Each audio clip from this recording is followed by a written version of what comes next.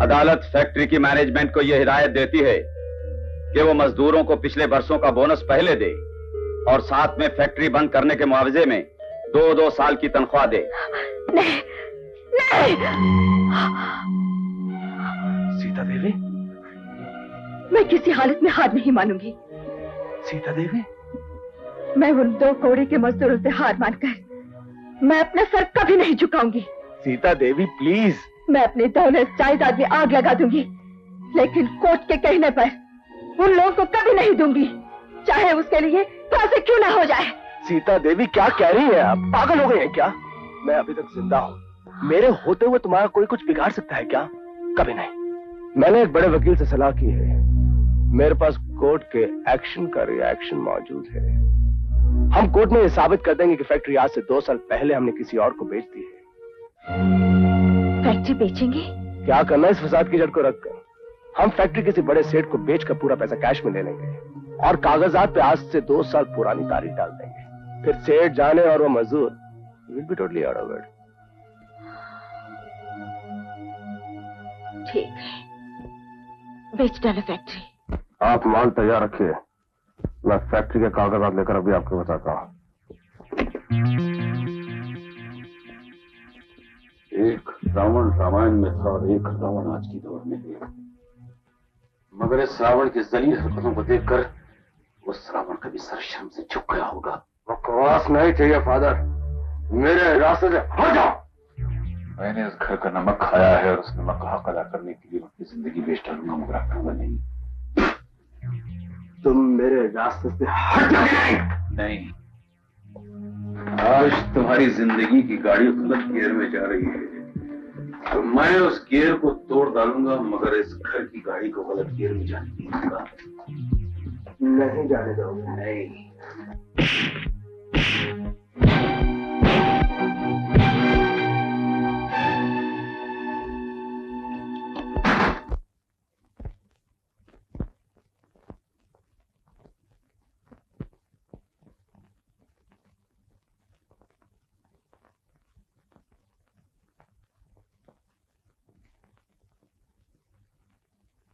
सीता, चलो घर चले। घर? किसका घर? अपना घर, हमारा घर। हमारा? अब तक तो हर चीज में सिर्फ मेरा या तुम्हारा हुआ करता था, आज अचानक ये हमारे कहां से आ गया? सीता, तुम्हें शायद इस शब्द हमारे का मतलब नहीं मालूम, वरना तुम कभी भूल कर भी ऐसा कदम नहीं उठाती जो आज तुमने उठाया है। मगर सीता, अगर तुमने कभी मुझे अपना समझा होता तो सारे शहर के सामने मुझे जलील करके खुशियां न मनाते। खैर, खुशियां मनाई या नहीं मनाई इसकी सफाई मैं नहीं देना चाहता, लेकिन इतना जरूर कहूंगा सीता, आज तक जो कुछ भी हुआ उस हर चीज की पहल तुम्हारी तरफ से हुई। हाँ हाँ, हर चीज की पहल मेरी तरफ से हुई थी। धमकियां भी मैंने दी थी, भूख हड़ताल भी मैंने की थी, कोर्ट में भी इस मामले को मैं लेकर गई थी। नहीं, वो मैं लेकर गया था। तुमने बोनस देने से इनकार कर दिया तो मजबूर होकर मुझे भूख हड़ताल करनी पड़ी। तुमने कहा अदालत में चले जाओ, तो हम चले गए, बस। वाह, मैं जो जो कहती गई वो तुम करते चली गई। अगर मैं ये कहती कि चुरा उठाओ और मेरा खून कर दो, शायद तुम वो भी कर देती, है ना? सीता, इस वक्त तुम जिद पर अड़ी हो, और जिद एक ऐसी आग है जिसमें आदमी पहले तो जलता है, और जब आग बुझ जाती है तो छालों के दर्द से कराहता है, तड़पता है। मैंने तुम्हें पहले भी मना किया था, यहां आकर समझाया भी था, लेकिन तुम नहीं मानी। हाँ, तुम आए थे और अपने साथ मेरे दुश्मनों की पूरी फौज लेकर आए थे, उनको ये दिखाने के लिए कि आओ और तमाशा देखो मैं अपनी पत्नी का सर तुम्हारे सामने कैसे झुकाता हूँ। और उसके बाद तुम मुझसे उम्मीद रखते हो कि मैं तुम्हारी बात मान जाऊं? क्यों? तुम्हारी इज्जत है, मेरी इज्जत नहीं। कौन? मैं तुम्हारा सर झुकाना चाहता था? सीता, तुमने कभी किसी बात को सही ढंग से समझने की कोशिश की है? उस दिन मैं तुम्हारी भलाई के लिए तुम्हें समझाने आया था, तुम्हारा सर झुकाने नहीं। मेरी भलाई के लिए? अगर मेरी भलाई का जरा सा भी ख्याल तुम्हारे दिल में होता तो तुम मेरे पास अकेली आती और कहते कि सीता तुम गलती पर हो, वो मजदूर सही है, मैं हुक्म देता हूँ इन्हें इनका बोनस फौरन दे दिया जाए। क्या इस तरह तुम नहीं कर सकती थी? अरे तुमने कभी मुझे ये पति बनकर सलाह दी? जब भी मिले लीडर की हैसियत से मिले, जो बात की यूनियन की बात की, उसके कानून की बात की, अपनी पत्नी को ये पति बनकर सलाह दी, ये हक नहीं था तुम्हारा? मुझे मालूम था ये दिन हमारी जिंदगी में कभी ना कभी जरूर आएगा, इसलिए शादी से पहले मैंने तुम्हें समझाने की बहुत कोशिश की कि एक छोटी सी कश्ती और एक बहुत बड़ा जहाज एक साथ समंदर में सारी जिंदगी सफर नहीं कर सकते।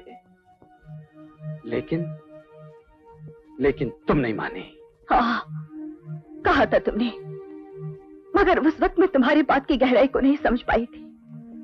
आज समझ पा रही हूँ। आज मुझे इस बात का एहसास हो रहा है कि छोटी सी कश्ती तूफान में गिर भी जाए, वो किसी भी तरह गिरते पड़ते उलटते पुलटते किनारे तक पहुंच जाती है। लेकिन मौत तो जहाज की होती है, वो तूफान में फंस गए तो बस मर गया। उसका खुद अपना वजन उसे 20 सागर में ले डूबता है। आज वही हुआ, तुम कश्ती की तरह बच निकले और मैं जिंदगी के तूफान में मछली जहाज की तरह डूब गई। बस सीता बस, बहुत हो गया, अब हद से बाहर होता जा रहा है। मैं तुमसे फजूल बहस करना नहीं चाहता। मैं तुमसे पति के नाते पूछता हूँ कि तुम मेरे साथ घर चलती हो या नहीं? मैं भी तुमसे एक पत्नी के नाते कह रही हूँ कि जब तक तुम उन लोगों का साथ नहीं छोड़ोगे, मैं तुम्हारे घर की दहलीज पर कदम नहीं रखूंगी। सीता, बात तुम्हारे और मेरे बीच की है। तुम उन गरीबों को बीच में घड़ी घड़ी घसीट कर क्यों लाती हो? इसलिए कि वही लोग तुम्हारे और मेरे बीच दीवार बनकर खड़े हुए हैं, इसलिए कि वही लोग हमारी जिंदगी में बर्बादी का बीज बो गए हैं। सीता, जिस तरह पति और पत्नी का रिश्ता प्यार और विश्वास की बुनियाद पर खड़ा होता है, उसी तरह मालिक और मजदूर का रिश्ता भी होता है।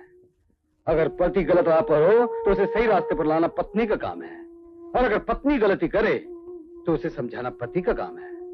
यही साझेदारी मजदूर और मालिक में होनी चाहिए। आज तुम जिन मजदूरों को गालियां देती हो, उनसे नफरत करती हो, एक दिन वही मजदूर तुम्हारे सच्चे दोस्त और हमदर्द साबित होंगे, मगर तब तक बहुत देर हो चुकी होगी। बस इससे ज्यादा और मैं कुछ नहीं कहना चाहता।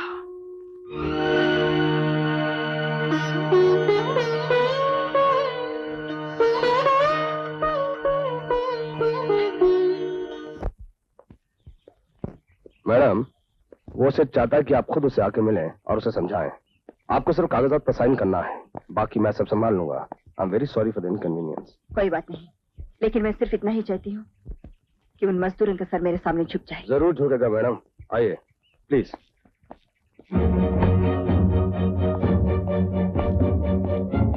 ड्राइवर, गाड़ी चलाओ।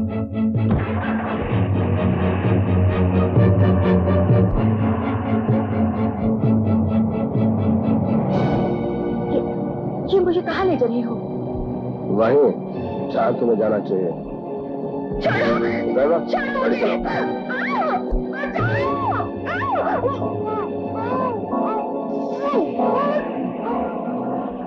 राम भैया, राम भैया। क्या हुआ? वो बदमाश रवि सीता देवी को जबरदस्ती उठा कर ले गया।